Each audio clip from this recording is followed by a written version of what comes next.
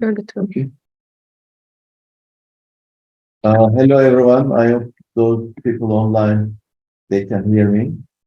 I'd like to welcome you all to this our seminar series, Koç broader seminar series of this semester. I'm extremely happy to have the Gerasimos Tsourapas for our conference today. He is from the University of Glasgow. Just before starting, I like to have a kind of little introduction about him. Of course, some of you already know him. He's from Glasgow University, from the Department of Politics, and he works on the international relations of the Middle East and the broader global South, linking the politics with the migration issues. Currently, he's the principal investigator of this ERC project on migration diplomacy. I can say, and he's a very productive scholar. In fact, when we talk about the migration diplomacy, he's one of the leading scholars in the field. We can see the several articles he has written, but I like to also refer to his books. He's the author of the book, The Politics of Migration in Modern Egypt, Strategies for Regime Survival Autocracies, from the Cambridge University Press 2018, and another one, Migration Diplomacy in the Middle East and North Africa, from the Manchester University Press. And as I said, I'm very happy to have him here.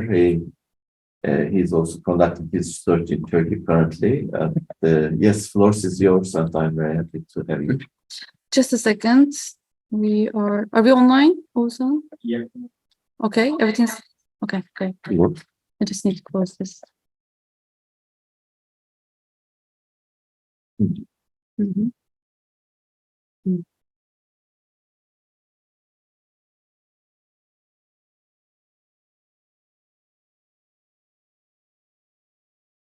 Okay. Should I start? Yes. I don't do anything then. You are good. That's lovely. Thank you. Thank you very much, Ahmed. Thank you, everybody, for coming today to this Wednesday seminar on migration diplomacy as a three-level game in Greek-Turkish relations. I'm really happy to be here for a number of reasons, partly because I've been following the work of Koç for a few years now, and it's really fantastic in the sense of helping me understand the complex politics of migration in this part of the world. So thank you all for doing some amazing work, and I hope you continue doing it. It's an honor to be here. And of course, this builds on a number of scholars working on foreign policy, migration, diplomacy, including Ahmed. So I'm very much in my own research standing on the shoulders of giants, as they say, in terms of this. So today I'll talk about this paper, which is very much a work in progress. It's called Migration Diplomacy as a Three-Level Game in Greek-Turkish Relations. Please feel free to be critical. This is something I'm still developing. So any feedback you have, any kind of reaction, I would be very, very happy to hear. Very quickly, in terms of how this will run, I will hopefully talk for about 20-25 minutes. Firstly, quickly rereading the literature. So I'll take you through a quick, I promise, overview of the migration diplomacy literature in order to identify the gap that I see there and where this paper is trying to come in and fill that gap by looking at one of the leading comparative political scientists from America, Robert Putnam, who came forth more than 20 years ago now talking about diplomacy and the importance of domestic politics in understanding diplomatic negotiations in world affairs. So I'll try to include this in my understanding of Greece and Turkey and the political negotiations that took place in the context of migration diplomacy in these two countries that spanned quite a few years, arguably going back to 1923, essentially. And the gist of this presentation will apply this framework onto 2020, the border crisis that took place in 2020 in Evros, the border region between Greece, the land border between Greece and Turkey. And hopefully, 20 minutes from now, I'll have convinced you that existing understandings of migration diplomacy as profit maximizing, essentially, are incomplete. We can't really understand what happened in February, March 2020 if we don't take into account this interplay between domestic, bilateral, and international components. So that's the aim of this. And then I'll conclude with some thoughts about moving forward, and then turn it over to you for any questions and hopefully a bit of a discussion. So in terms of the literature, very fast, you probably know a lot of this already. It has been established that for a number of decades, international relations, which is my field and of study, did not really pay attention to migration. So for much of the 20th century, major international relations scholars tended to treat migration as a low politics issue, as Jim Holyfield and others have identified. So it didn't really feature on their agenda. I think things changed in the 80s onwards with key scholars such as Ari Zolberg, Myron Wiener, and others. And then the question of the interplay between migration and diplomacy was picked up again 10, 15 years ago with work by Ahmed on EU-Turkey negotiations, of course, with work by Hélène Thiollet at Sciences Po that wrote about migration as diplomacy. So there has been interest picking up on this. And this is where the work with Fiona Adamson comes in, my colleague from SOAS in London, where we published this piece five years ago now, essentially 2018, 2019, that looks at migration diplomacy and tries to theorize it a bit and move this literature forward. So it looks at migration diplomacy in terms of how migration flows are used as a means to obtain other aims, but also how diplomacy is used to achieve goals related to migration. In other words, for those of you that are a bit more positivist, perhaps, we look at migration both as the dependent and the independent variable. So both how migration affects diplomacy, but also how diplomacy might affect migration and refugee flows. So we left it quite open. And that piece was well read, and people are still reading it and citing it. And I think one of the reasons this happened is that it came at that specific moment in time, 2 years after the EU-Turkey statement, and how that kind of, I think for the first time in world politics, we see a very instrumentalized understanding of migration and a very concrete issue linkage between the management of migration in the Eastern Mediterranean and foreign policy. And then that slowly diffused into the Jordan Compact, what happened in Lebanon, what's happening in Ethiopia, the Venezuelan crisis. Like it's taking a more global approach. So scholars, policymakers, students were trying to understand this. And we think migration diplomacy helped put this in a framework, in a coherent framework. In terms of my contribution there, what I was trying to do there in the rest of the work that Ahmed mentioned is trying to essentially bring attention away from the global north, if you want to call it that, or Western states, if you want to call them that. So Western Europe, North America. For a number of reasons, the literature has tended to gravitate towards these countries and migration-related issues that affect these countries.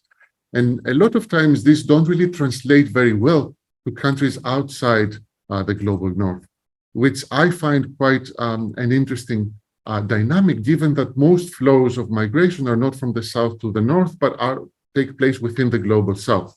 So I've been trying to use my work to, if you want, bring back attention to the global south, but also deorientalize it a bit, right? So I'm trying to look at Turkey, Jordan, Lebanon, not as countries that use migrants as weapons, right, as other scholars have argued, but more as countries that have been tasked with caring for refugees that emerge out of crises that they really didn't have any role to play in creating. So that changes things for me a bit normatively. These are not countries that are seeking to essentially project themselves on the world stage. These are countries that are doing the best they can to survive, given the massive inflows of refugees, asylum seekers that they had to face with. So that's where I am. And yet there are still a couple of things that piece and recent work building on that kind of perhaps need to critique. One is this approach on the state as a unitary actor. So with Fiona and others, we took a rather neo-realist approach, as we would call it in international relations, that looks at the state as a single entity with a single strategy, a single kind of unit of analysis that doesn't really allow us to go in depth into the various kinds of interest groups, lobbyists, NGOs, political parties, all these actors that come together to create a country's migration diplomacy, to question it, to critique it, and so on. And at the same time, and this is something we're thinking about nowadays, is in our attempt perhaps to bring the attention back to the global south, we unwillingly perhaps tended to reify this divide between the global north and the global south. One of the questions I've been getting, and I'm curious to hear what you all think, is how do we do this? How do we put attention to countries outside the West without actually arguing implicitly that there are two categories? There is a global north migration system and a global south migration system. So I'm trying to think through this myself. And this is where this paper comes in, and I'll tell you about it in just a second. So yes, theoretically, so we have this neo-realist underpinnings of migration diplomacy, as I talked about, and that leaves little room for understanding the role of domestic or international factors in shaping actor strategy. Turkey has a single role, Greece has a single role, Jordan has a single kind of strategy. And I think that it's time now to start nuancing this a bit, but also find a way to theorize this, theorizing this nuance. So the way I do it here is to try to push this literature by using Robert Putnam. And back in 1988, as I mentioned, he published Diplomacy and Domestic Politics. He argued that, well, if you look at international negotiations, states don't really only try to satisfy their interests at the global level or international level, they also need to take into account domestic audiences. So they have an electorate, so they need to take this into account. So that's part of this. So that's me trying to bring in the domestic component. But at the same time, particularly in terms of migration diplomacy, what we see is the European Union coming in as this massive global actor that is taking an increasingly proactive role in the management of migration. So we're no longer talking about this kind of Fortress Europe mentality. I think it's much more nuanced. It has a financial component, it has a normative component, a security component, it might be argued. So we need to bring this into our theorization somehow. So before I get to the case study, I would say that this is where I stand theoretically. We need to bring beyond the state level, the domestic part, but also the supranational part in a way. How do we do this? Well, I do this by looking at Greece and Turkey, and I use this term dyad. That's what my ERC project is trying to do. It doesn't look at countries, it looks at dyadic relations between a sending state and a target state. This is not migrant sending, just an initiator and a target. So I look at Greece and Turkey in this paper, and I'm preaching to the choir, I suppose, here, in arguing that there is a long history of common ties in terms of how these two countries manage migration mobility. This is, of course, a picture from the aftermath of the signing of the Treaty of Lausanne and the population exchange in 1923. But this is the two countries' relations go much deeper than a mere treaty. We have the status of the Greek population of Inverse and Tenedos into question. We have this Treaty of Friendship in 1930 regulating the status of property claims. And we have ongoing issues. One of them would be Cyprus, for instance, and how Cyprus and issue linkage come in with Greece, Turkey, and Britain as guaranteeing powers back in the mid-20th century. And a continuing question of bilateral issues, if you want, in terms of mobility, the management of citizenship, the management of migration that have to do with Muslim populations in Greece, Greek populations in Turkey. Fast forward, because I think all of you know all this, to the 2010s, where we have both countries intimately intertwined in their twin role in managing the European refugee crisis. And the EU-Turkey statement of 2016 emerges out of this, with both Greece and Turkey playing a major component. What I focus on, it's not I don't want to go into the history of this. I want to take us into 2020, a few years after the signing of the EU-Turkey statement. And this is late February 2020, where we have a mini refugee crisis taking place at the land border in Pazarküle, where we have tens of thousands, the numbers are disputed, and I'll talk about this in just a second, tens of thousands of asylum seekers, migrants, attempting to cross the border into Europe, so out of Turkey into Europe. And that lasted for about 6 weeks, an intense diplomatic, security, political, military episode. I was in Greece at the time, and I remember from friends about how the military was put on alert. So it was quite an interesting time. And this is, I think it merits deeper analysis. So I'm using those 6 weeks in order to understand what happened from a migration diplomacy component. And in order to understand this process, the paper is divided into 3 parts, into the domestic, the bilateral, and the international. So I argue that what happened in those few weeks in February and March 2020 can be explained domestically, partly. In terms of Turkey, there's a very interesting overlap in terms of the timing of what happened and the killing of at least 33 soldiers in Idlib. In Idlib, in the context of Turkish military operations in northern Syria. This is reputed to be the biggest loss of life in terms of the Turkish army on foreign soil since the invasion of Cyprus in 1974. So this was, I'm again telling you things that you already know, this was a big deal in Turkey. And it's interesting that the creation of this episode in Evros coincided a few hours after the news broke. So my argument here is that we need to unpack this. And if we are a bit critical, realize that perhaps there's an attempt to manage the Turkish domestic policy opinion in terms of shifting away from what happens in Syria into something else, essentially. This, of course, is not the single aspect of the domestic aspect of Turkish migration diplomacy. There has been a growing media narrative in Turkey about the status of Syrian refugees, and this contrast between how Syrian refugees and asylum seekers have been living their lives in Turkey versus what's happening at the Syrian civil war with the involvement of Turkish soldiers. And of course, I think there's something to be said, and I'm curious to hear what you think in terms of electoral politics. So I argue in the paper that partly what happened in the border in February 2020 has to do with a growing opposition domestically in terms of how Syrian refugees have been treated and how this plays into local electoral politics, particularly in the southern part of the country, so particularly Urfa, Gaziantep. And I think there's something to be said there about creating a crisis to distract from this. For me, the mayoral elections of 2019 also play a big part in terms of what happened in Istanbul and the extent to which the Syrian refugee crisis plays into this and creates perhaps an impetus for Turkey to act a bit more assertively.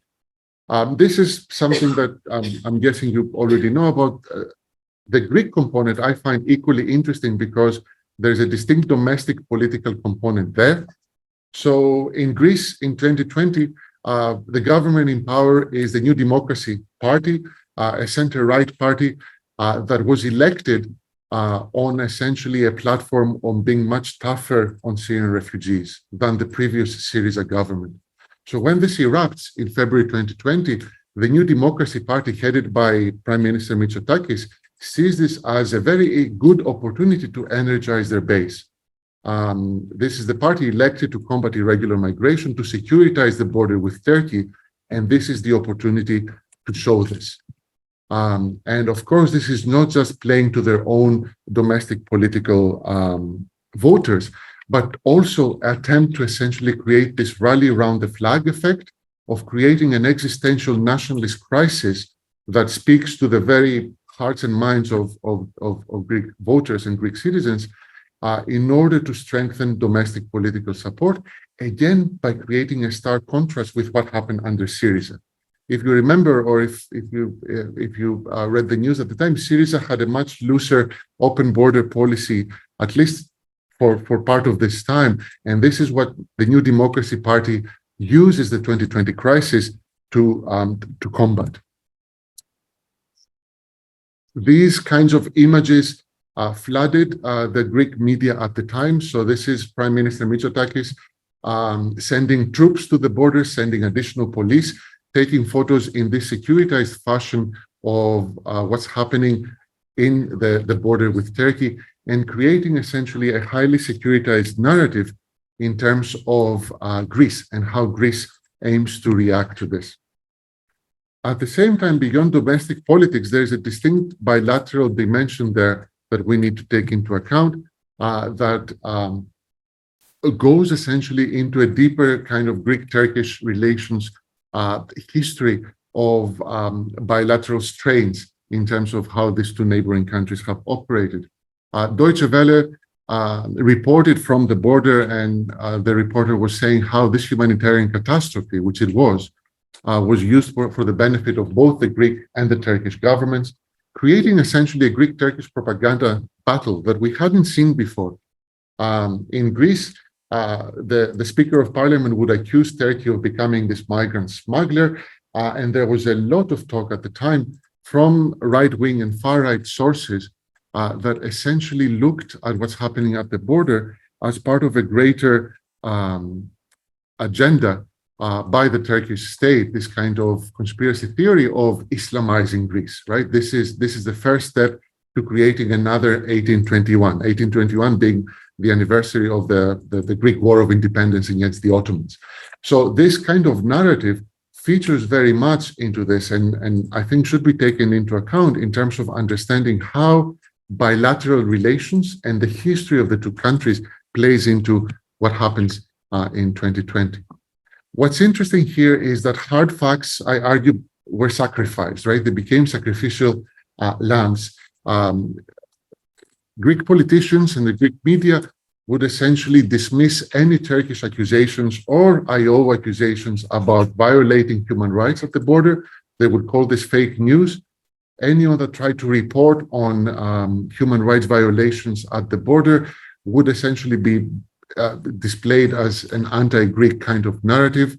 And these kinds of reports that try to take a much more nuanced approach at the violation of human rights at the border were deemed as furthering Turkish propaganda.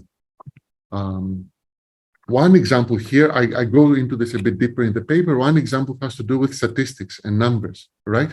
So just on the 1st of March, the Greek Ministry of Foreign Affairs argued that they prevented 10,000 asylum seekers from entering Greece.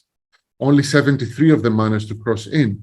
If you look at the Turkish Ministry of the Interior, they told us that 117,000 had already crossed into Greece. So you can see this staggering kind of difference in terms of numbers and how they calculate this.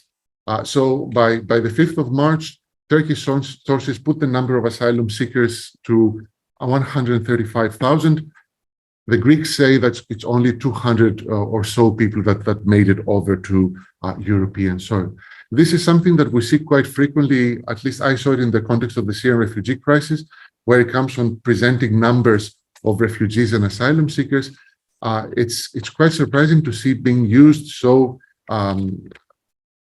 politically, perhaps, in this context of 2020. Thirdly, and finally, beyond a domestic component and a bilateral component, what happened in 2020 also has a distinct international or supranational component that has to do primarily with the European Union.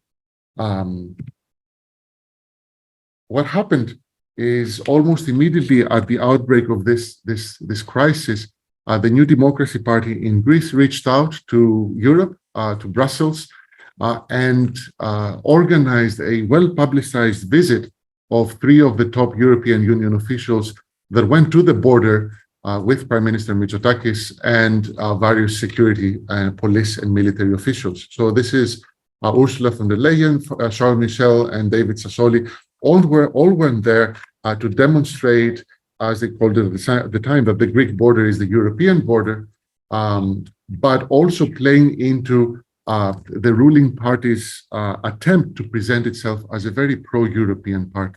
The New Democracy Party in Greece was always the party much more closely affiliated to the European Union than any of its opposition parties. And this is something that Greece at the time tried to press as much as possible. And of course, a more cynical take on this would also highlight the fact that Greece lobbied for and was immediately offered some 700 million of euros in additional emergency aid secured by the European Union in order to securitize the border even further. So the supranational component comes in not merely as a way for the Greek government to show its European credentials and strengthen its domestic base, but also as a state of what, as an example of what I would call refugee rent-seeking, trying essentially to magnify this crisis in order to secure additional funds from the European.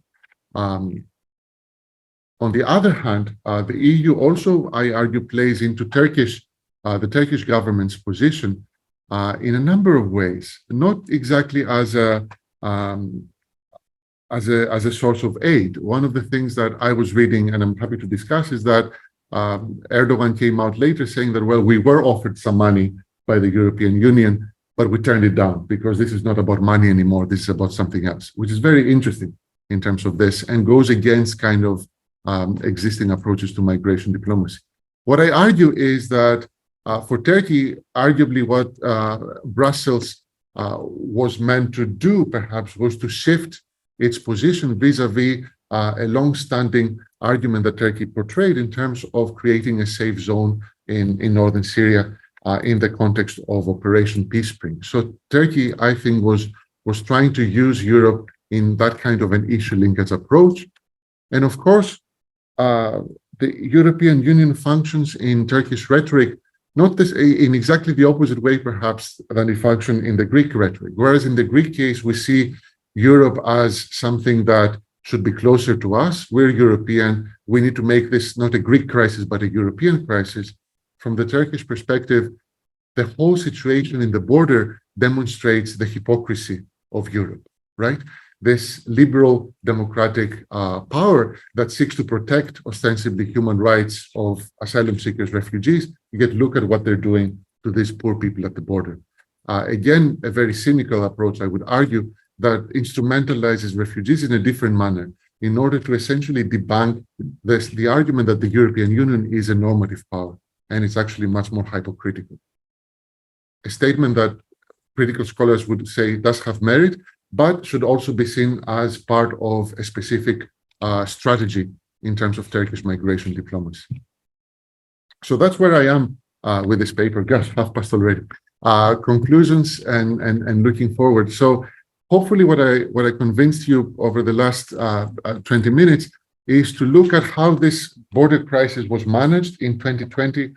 And I hope you agree with me that how the two countries reacted had very little to do with defending the rights of asylum seekers. This is not a story about human rights. In fact, it's a story about how both countries seek to instrumentalize the plight of thousands of people on the border for specific reasons, different reasons themselves. What we see here is this instrumentalization of asylum seekers as a key part of migration diplomacy, both by Greece and by Turkey. But hopefully, again, I convince you to debunk this assumption that the migration state is unitary, that there's a single component there, there's a single strategy, by highlighting these complex domestic, bilateral, and international drivers of migration diplomacy that we need to start thinking about. One thing I'm trying to do in this paper, going back to what I said at the very beginning, is to try to debunk perhaps this kind of normative binary that still persists, I think, unfortunately, some circles in terms of good, liberal, wealthy Western states that protect democracy and need to sort of fortify themselves against these bad, illiberal, cash-strapped, autocratic non-Western states. Hopefully, by bringing in Greece into this and showing how Turkish strategy very much mirrored Greece and vice versa, I want to sort of start questioning this binary and say that actually things are much more complex rather than this good versus bad image that sometimes get projected in media and academic circles. And that's something in the conclusion that I'm toying with, that the European Union is no longer this normative power Europe, it's this migration power Europe, right?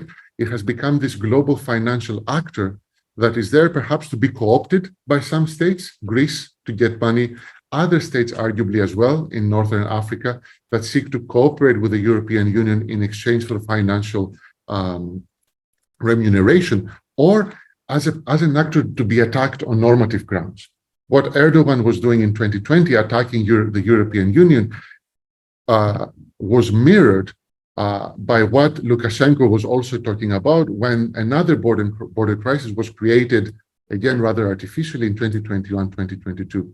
If you remember back then, Lukashenko was also trying to highlight the hypocrisy of the Europeans and this kind of very blatant way in which Europe was happy to abuse the rights of migrants and asylum seekers in the name of protecting borders. So there are linkages there between what happened in Turkey and Greece in 2020 to what happened in Belarus and Poland in 2021 to perhaps even what happened between Morocco and Spain in 2021. And these, as a qualitative scholar, these are a lot of case studies that kind of seem quite similar to me. And I'm curious to hear what you think. It seems to me there is this kind of normalization of using migration diplomacy at the borders of Europe, however you conceive them, in a coercive manner for a number of reasons. And it seems to have increased in veracity following what happened in 2016. But this is something I'm curious to hear from you, whether that holds or not, or whether you believe we'll see this happening again and again, unfortunately, in the future. With this sad note, I'm going to stop here. Thank you very much for your attention. I look forward to any questions, any comments. So thank you. Thank you, Gerasimos. Now we have the time for discussion, questions. I think, since we have the online participants, they can write to the chat part, or they can also contribute with, they can write their hands, but they... If I can,